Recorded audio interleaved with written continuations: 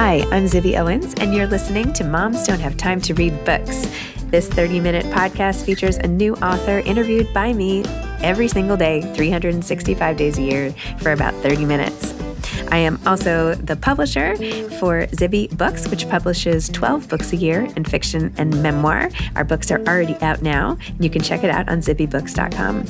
And we have a magazine called Zibby Mag, where we have lots of wonderful essays and lifestyle features. That's at zibbymag.com. We have classes at zibbyclasses.com. And I recently opened a bookstore in LA called Zibby's Bookshop at 1113 Montana Avenue at 11th Street in Santa Monica. I hope that you are able to enjoy some of our other offerings. But this here podcast is the basis of all of it and started in 2018. And no matter what I do, this is basically my favorite thing. Enjoy.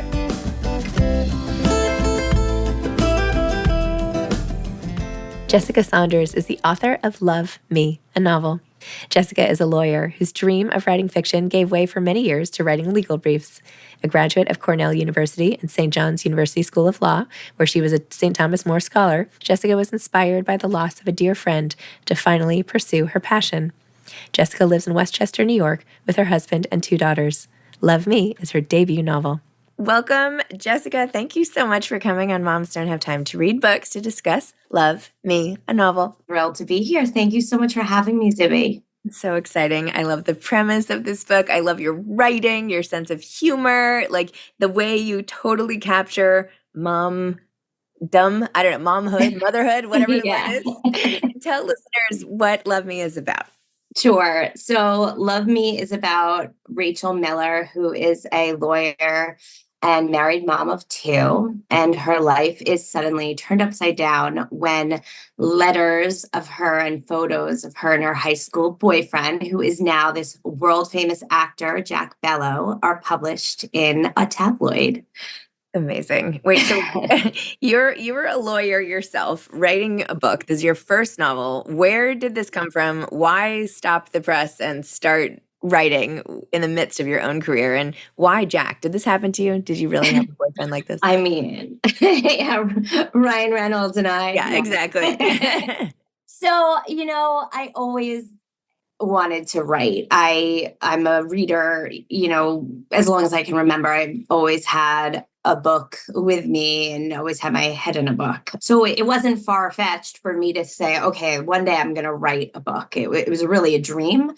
And then I hit 40, and unfortunately I lost a very close friend of mine, which was I'm so sorry. Yeah, thank you. I mean, I know it triggered something though in me where I was like, okay, I've said I wanted to do this and I haven't. I'm working, yes, but you can always carve out time. So I signed up for a class, and I just, I had a bunch of different ideas, but this was the one that I was like, I'm excited. I'm into this. So I really was full steam ahead, and it became kind of like all my free time. I just said, okay, this is what I'm doing now. So I very much focused on writing and loved it. It's such a joyful process. So I loved it. It can be. It can also not be. True. I'll tell you, for me, because I've never done this before, because I had a whole other career, there was a lot less at stake. I was doing this for me. And I'm such a reader that I found that, okay, I can put down the books that I'm reading and instead focus on my own. And I think it just became, my routine and my nightly, like fun time, so I agree. But for me, for a first-time author who actually has another job, there was just less at stake, I think. So it made it a lot. And now, of course, I'm like, oh my God, I have my book out and I want everybody to read it and I want to be, successful. So now I feel much more pressure. Yeah. Well, I mean, that's the whole thing that they say, if you don't enjoy writing, like, why do it? Right. I mean, there's certainly a lot of hurdles that come with this whole thing. So, But where did the idea of the old boyfriend and the old pictures, where was that? It just popped into your head one day? Actually, no. I have a close family member who used to be married to someone who dated a very famous woman. And I was chatting with her about it, and I knew, but she was telling me a story about like how she first found out. And I was like asking her a million questions. And, I said, did you guys ever think about selling his photos of her? Like, that would probably make a lot of money. And a light bulb went off, and this is a book. There we go. So it was really inspired by that. And then, of course, I mean, I did have a boyfriend in high school who I was madly in love with, and it just sticks with you. And there's something about that first love whenever it comes up in your life. And I think it's such an informative experience to all of us, your first heartbreak and those first feelings of just like totally being enmeshed in some other person. So that was sort of easy for me to tap into and fun to visit. I actually just started reading, it's not coming out for a little while, but it's called First Love by Lucy Dansinger. I bet you would love it because it's essays, and she does weave in like some information about first love, but it's about friendship and close friends and loss. That. I don't know. I feel like... No, I would love that. And yeah, I love essays. I feel like I should like moderate a talk with the two of you eventually. She doesn't even know this. I just got it in the mail. Anyway, no, there is something, of course, about those first impressions. She says in her book, it's about the primacy effect in part, right? Where you remember things that happened first, like first in the list for the grocery and all that. But obviously it's also how impressionable you are.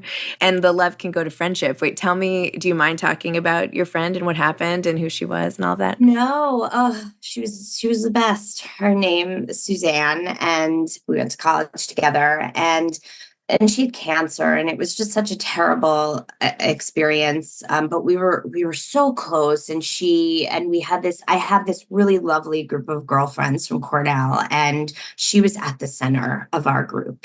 She was the one who planned all of our activities and like getting together, and my husband and I set her up with her husband. So, we're really close with him as well. And after she passed, my girlfriends and I were like, what are we going to do? Like we have, to honor her. And I think, for some of them, it was as simple, like, I'm going to say hi to like the UPS delivery man because she was that person, she just was so positive. And for me, it was very much like, I know life is short, but I also know that Suze would like do anything in her power to make something she wanted to happen. She was a lawyer too. She used to do open mic nights. She was a singer, songwriter.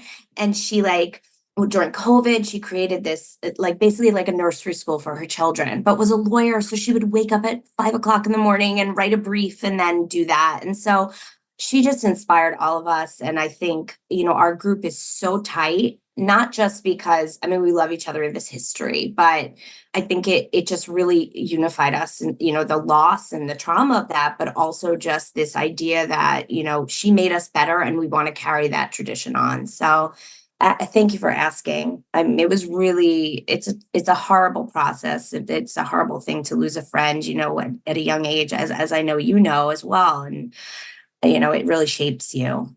Oh. But I'd like to think she's looking at me and proud. Oh, I'm so sorry. Yeah, why is it always these like vibrant, amazing women, right? Is it all just to teach us a lesson? Obviously not, but it's like, I don't know.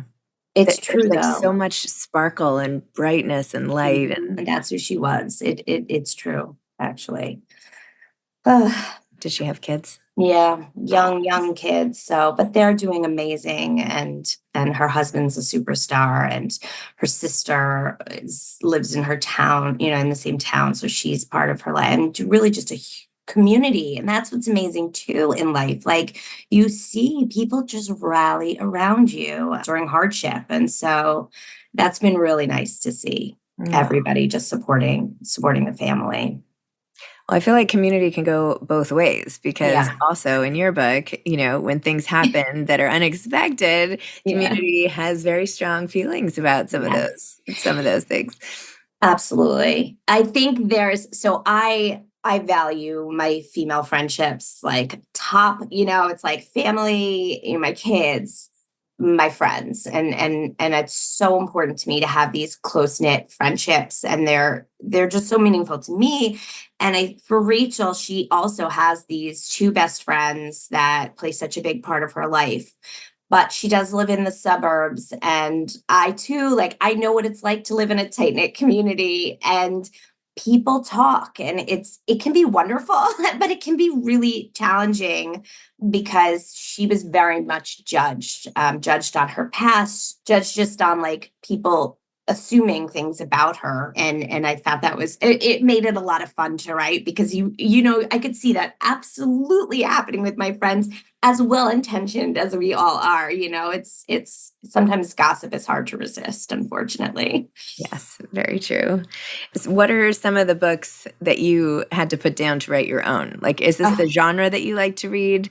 Or are you all over the place? Or tell me about that. Yes. My friend Lee Stein tells me I'm an omnivore reader because I don't actually, my book is, it's marketed as romance. I think really it's more of that women's fiction, contemporary fiction with romantic elements, because it's more about Rachel's journey, I think, than, her relationships with a man.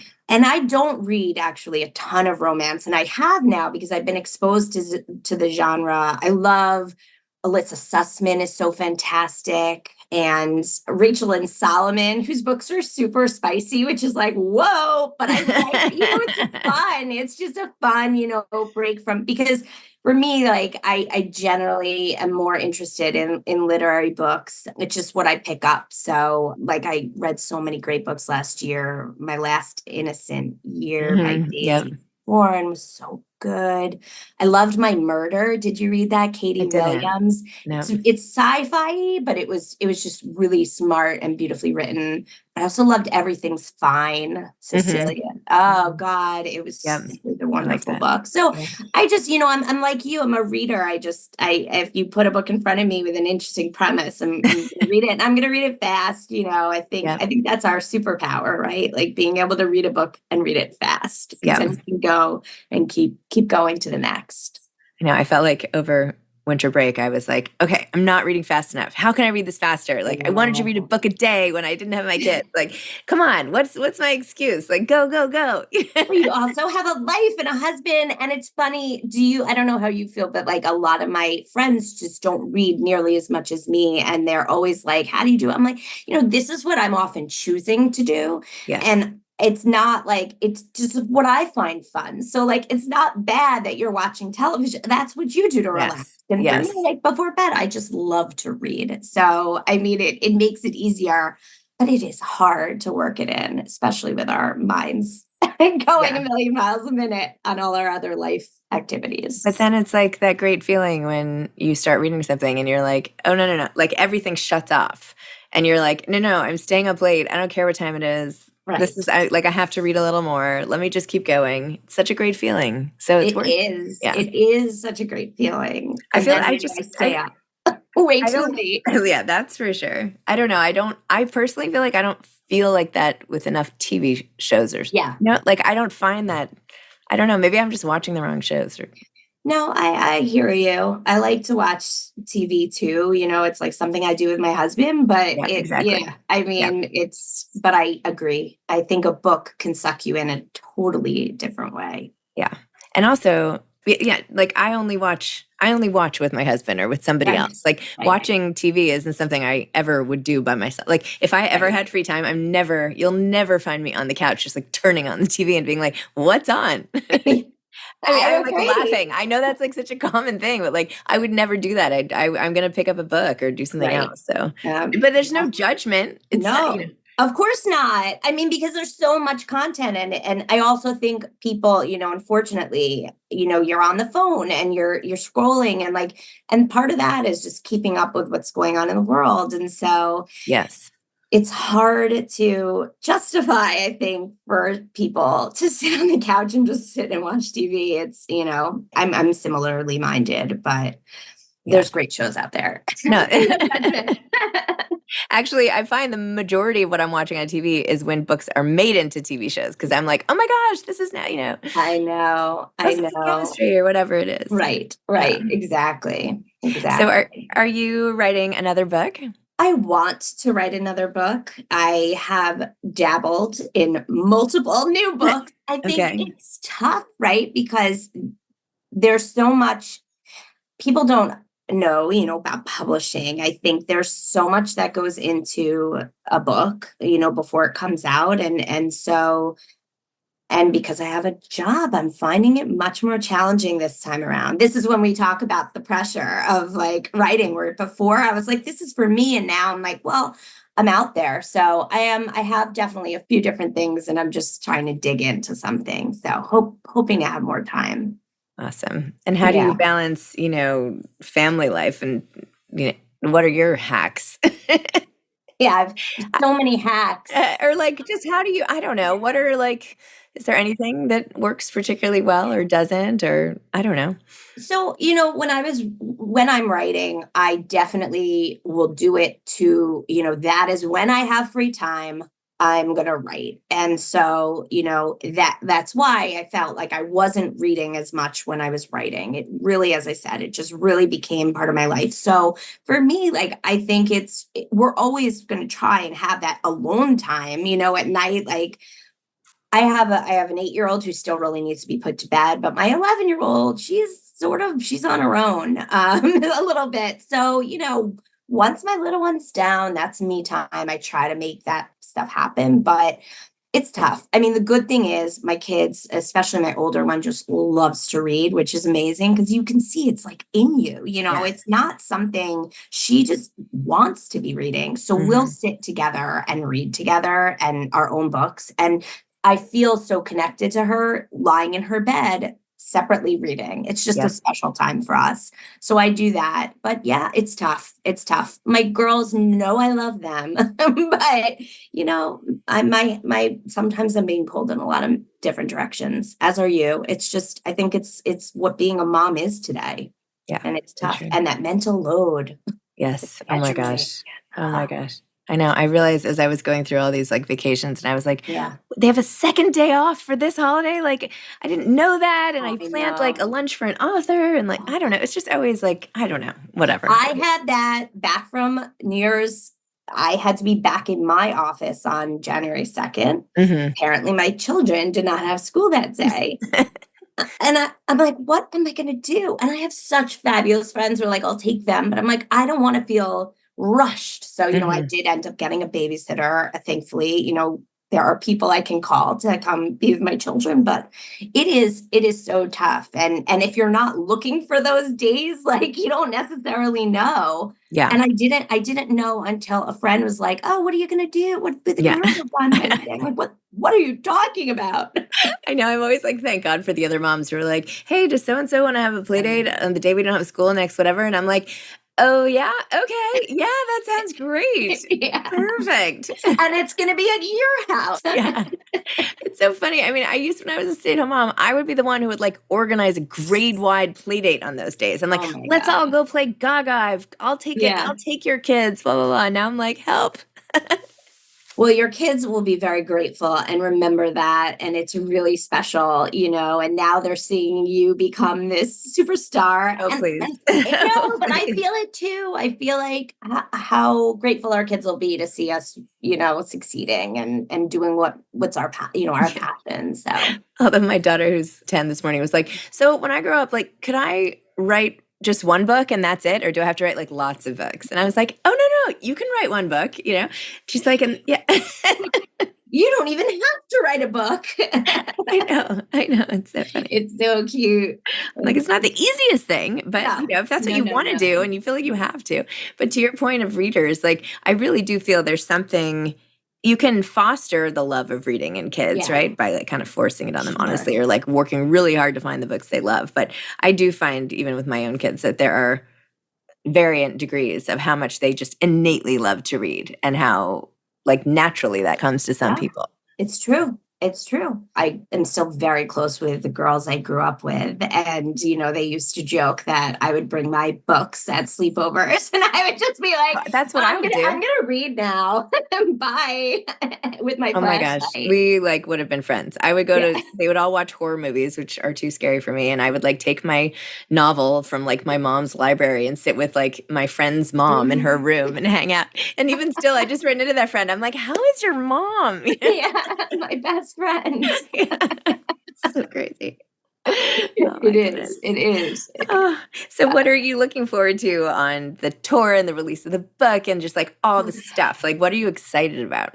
So I'm meeting, I mean, it's really exciting to have it finally in people's hands. I mean, to Yeah. me, it's like I've been talking about the book for how long it takes to come out, and between the writing, then the getting the agent, then the getting it sold, and I'm sick of it. It's like I'm sick of being on social media, like pre-order my book. So I'm thrilled that it's going to be out in the world. On my launch day, I'm going to be with Annabelle Monaghan, who I is love her. just a dream of a person. She was one of the first people who, authors who read my book and and seemed to love it and like really supported me.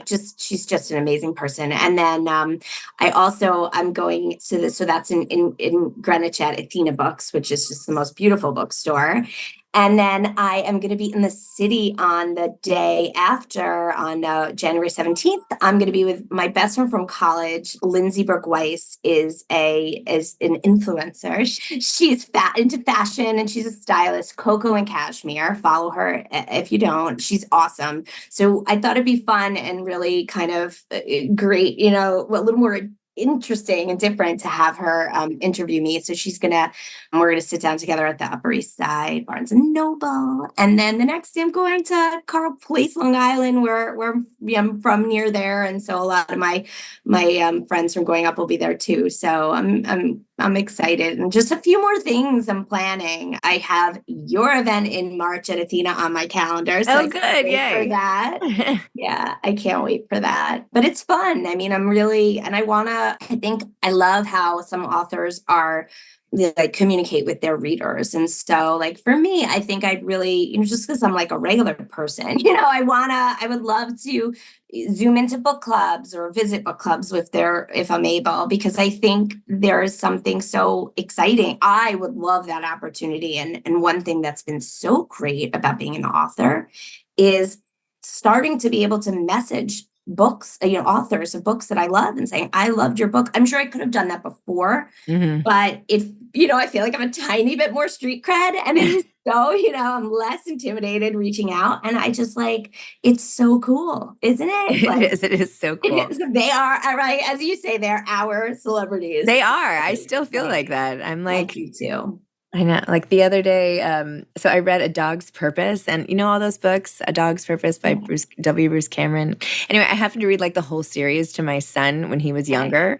And then recently, like, his wife reached out and said she had read my memoir and consequently bought the Nini's Treats crumb cakes I mentioned in the memoir, and that Bruce was eating them all. And I'm like, that's so cool. That is so cool. It's just so cool. I like flipped out about it. I'm like, because then I picture myself and my son on his bed reading those books years ago.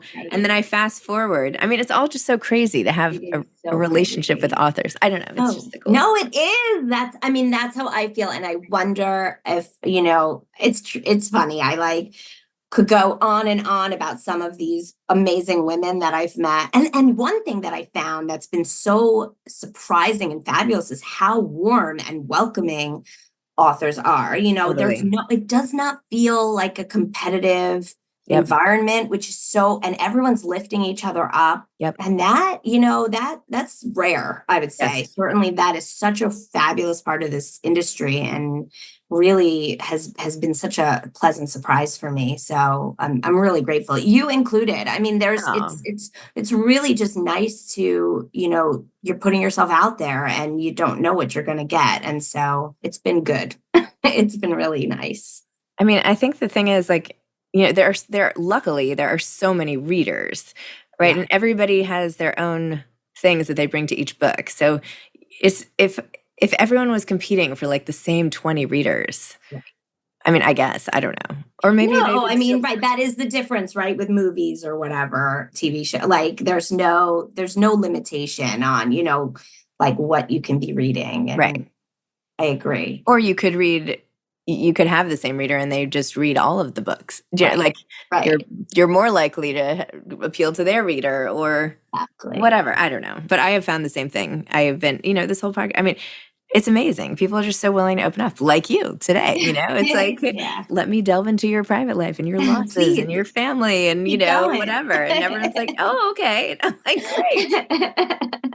Bring it on. Bring it on. Bring it on.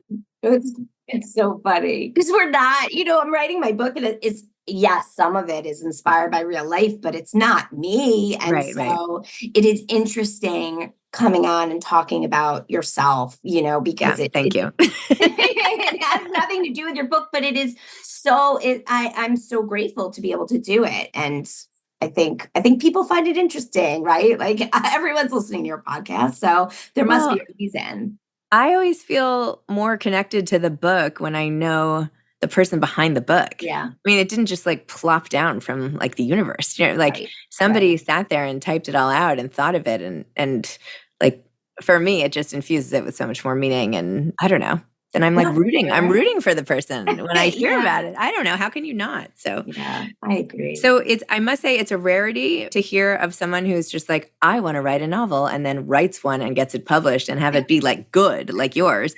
Like, what advice do you have for aspiring authors? Because usually you have to write a couple novels to make, the practice round novels. What advice do you have? Right. No, I will say one benefit was not having any knowledge of that. When I set out, I was like, oh yeah, I'm going to write, I'm going to do this and then I'm going to find an agent. I just, part of it is probably a little bit of confidence, but I think too, because I'm in such a different profession and I'm still doing it, there's very specific paths that you follow in the law. You go to law school, you work hard, you get a job. So it didn't translate for me. I learned quickly publishing is so different because, I'd send an email and I'd hear back, 2 weeks later in the publishing universe. It's just a different, whereas in my legal job, it's immediate. But, in terms of advice, I would say the best thing to do is to start. If you have an idea, or even if you sort of have a tiny seedling of an idea,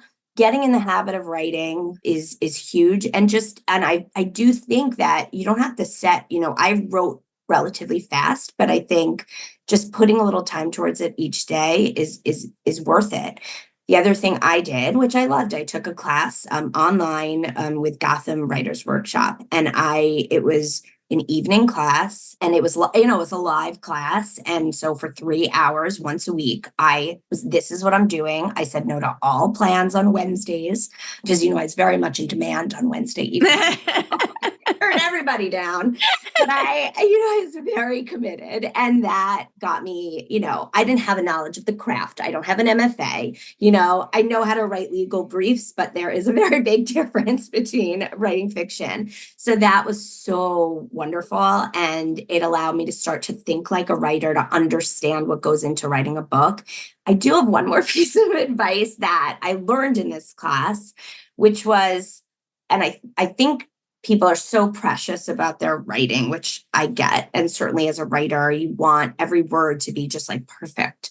But there is something about that messy first draft and just going full steam ahead and not rereading constantly and tweaking as you go.